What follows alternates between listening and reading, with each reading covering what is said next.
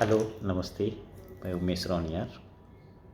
आज हम लोग बात करेंगे एंटीबैक्टीरियल एंटीबायोटिक या आप उसको एंटी माइक्रोबियल जो बोले। विषय में जाने से पहले मैं आपको एक चीज़ बताना बहुत ज़रूरी समझता हूँ कि आज के डेट में एक सबसे बड़ा हम लोग का ह्यूमन हेल्थ के लिए कंसर्न का विषय है AMR, एंटी माइक्रोबियल रेसिस्टेंस। आप अगर देखें तो वर्ल्ड हेल्थ ऑर्गेनाइजेशन का 2019 का डाटा बताता है कि करीब 5 मिलियन लोग का डेथ बिकॉज ऑफ AMR हुआ था। इसलिए इसमें हम लोग को काफ़ी कंसस रहना बहुत ज़रूरी है। और ये रेसिस्टेंस होने के कारण कुछ कारण हम लोग के चलते ही है, हम लोग का आदत के चलते है। तो इसमें 2-3 बातें याद रखें। नंबर 1, एंटी माइक्रोबियल का सेवन, एंटीबैक्टीरियल का सेवन अपने मन से ना करें, दोस्तों की सलाह में ना करें। किसी रिलेटिव ने बोला कि मुझे भी ये हुआ था प्रॉब्लम, मैंने ये खाया था ठीक हो गया, उससे बहुत दूर रहें। ऐसी गलती कभी ना करें, क्योंकि एंटीबायोटिक जो है आपको अनलेस एंड अनटिल आपको बैक्टीरियल इन्फेक्शन नहीं है तो खाने की कोई ज़रूरत नहीं है। नंबर 1। नंबर 2, जैसे मान लो आपको वायरल इन्फेक्शन है, कोल्ड एंड फ्लू है, तो इसमें आपको एंटीबैक्टीरियल की कोई ज़रूरत नहीं है। ऑटोमेटिकली वो अपने कुछ दिन में वायरल इन्फेक्शन कंट्रोल में आ जाते हैं, काफ़ी इन्फेक्शंस। तो उसमें एंटीबायोटिक अगर खाते हैं तो वो हम लोग को और रेजिस्टेंस होने की चांस बढ़ाते हैं।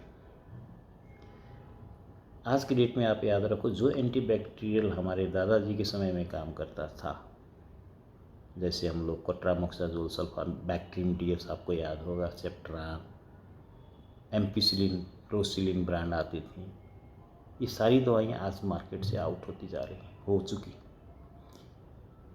क्योंकि इनकी रेसिस्टेंस काफ़ी बढ़ गई है। सो इन सब कारणों से अगर हमें आने वाले जनरेशन के लिए एंटीबायोटिक को बचा के रखना है तो हमें misuse, over use, unwanted use, ये सारी चीज़ों से एंटीबैक्टीरियल को बचा के रखें।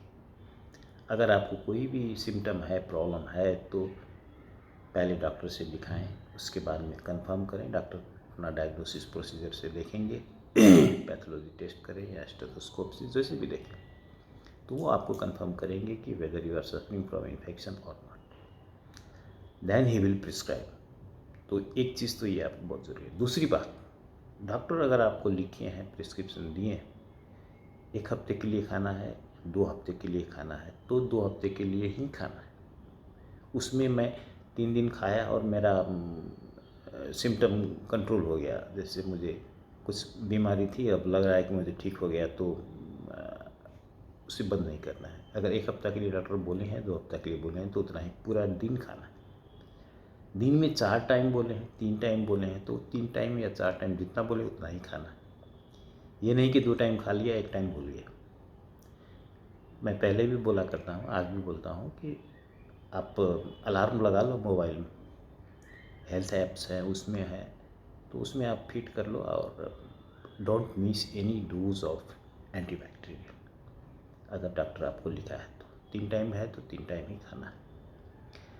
उसके बाद अगर आपके इन्फेक्शन ठीक हो गया, आपका सपोज़ दवा कुछ बचा हुआ है, आपने ज़्यादा खरीद लिया, तो वैसी दवाइयों को डिस्पोज कर दें, क्योंकि सेम एंटीबैक्टीरियल फिर दूसरे को या अपने को ही कोई और इन्फेक्शन में काम नहीं करेगा, इसलिए उसे प्रिजर्व करके ना रखें। तो ये हुई कुछ पहली बात। दूसरी बात, आप प्रेग्नेंट लेडी हैं या लैक्टेटिंग बोलिए, बच्चा को दूध पिला रही हैं, तो ऐसी औरतें बिना डॉक्टर की सलाह के कोई एंटीबैक्टीरियल का सेवन ना करें। ये उनके लिए या उनके बच्चे के लिए काफ़ी रिस्की हो सकता है। अंत में एंटीबायोटिक ऐसी दवा है जो काफ़ी ही नोबल चीज़ है हम लोग ह्यूमन बीइंग के लिए, हेल्थ के लिए। इसे आने वाले जनरेशन के लिए बचा के रखें। उसके लिए जो मैंने बातें बताई उसे कोशिश करें। मेरे विचार से इतना बड़ा मुश्किल नहीं है करना। और अपने मोहल्ले के एक्सपर्ट से कृपया बचे कि मैंने ये दवा खाया था, ये एंटीबायोटिक, मुझे ये ठीक हो गया। Please requesting once again. Thank you very much.